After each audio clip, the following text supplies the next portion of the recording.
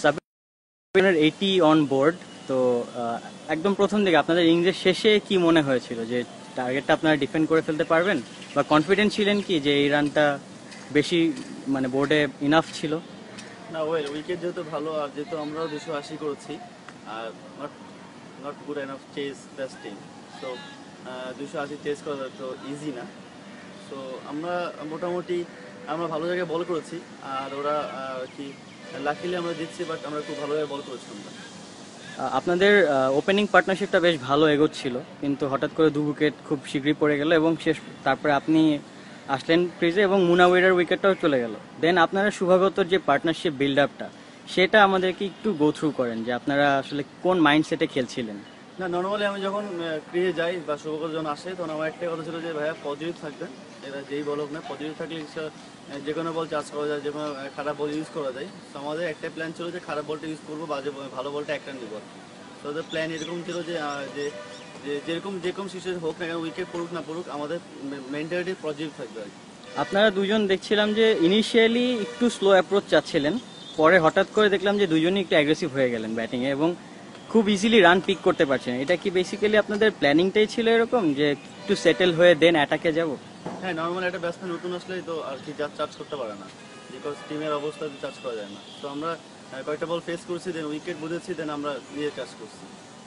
তারপরে মানে এর পরের স্টেজটা যদি একটু বলতেন যে আপনি আর শুভাগত পরপর 2 ওভারে চলে গেলেন, তারপরে মানে আপনারা এমনভাবে এগোচ্ছিলেন যে একসময় মনে হচ্ছিল যে স্কোরটা 350 ক্রস করে ফেলতে পারে। তো ওখান থেকে আপনাদের পরবর্তী মেসেজটা কি ছিল আসলে ড্রেসিং রুম থেকে?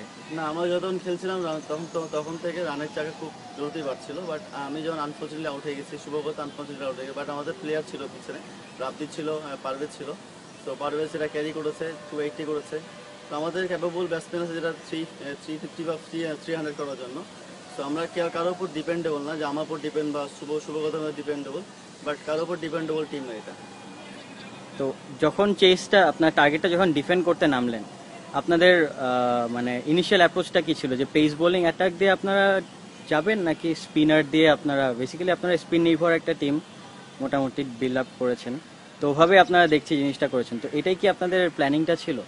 না, যেহেতু রুবেল আছে ন্যাচারালি, ওয়েল একটা ভালো বলার, পেস বলার, সো ওকে তো আমরা অ্যাটাক করেছি, পরে শুভগত অ্যাটাক করছে স্পিনার। তো আমাদের 5টা স্পিনার সেট আমরা ইউজ করেছি আমরা, আর উইকেট অ্যাডজাস্ট করেছি, ওই স্পিনাররাও অ্যাডজাস্ট করেছে। আর সবচেয়ে বড় বিষয় যে আমরা ভালো জায়গায় বল করেছি। তো আগে বলেছি চেস করাতে ইজি না, so 280 almost 5.5 run rate, so এত ইজি না। তো আমরা ভালো ভালো জায়গায় বল করেছি আর কি। আপনি বেশ ভালো ফর্মে আছেন, তো এই এই সময়টা পার করতে আসলে কিরকম লাগছে? না, অবশ্যই ভালো ভালো লাগছে, যেহেতু ফর্মে আছি, ফর্মে কাম ব্যাক করেছি, লাস্ট 2 ম্যাচ রান করতে পারি নাই, খুব খারাপ লাগছিল, কষ্ট করেছি, হার্ডওয়ার্ক করেছি, ইনশাল্লাহ আজকে 50 করেছি, ভালো লাগছে, হয়তো ইনশাল্লাহ এটা আমি কন্টিনিউ করতে পারি আর কি। আপনাদেরকে অনেক ধন্যবাদ আপনাকে, এবং এই ম্যাচ জয়ের জন্য সাধুবাদ, এবং আগামী ম্যাচগুলোর জন্য আপনাদেরকে শুভকামনা রইল। Thank you very much. অনেক ধন্যবাদ।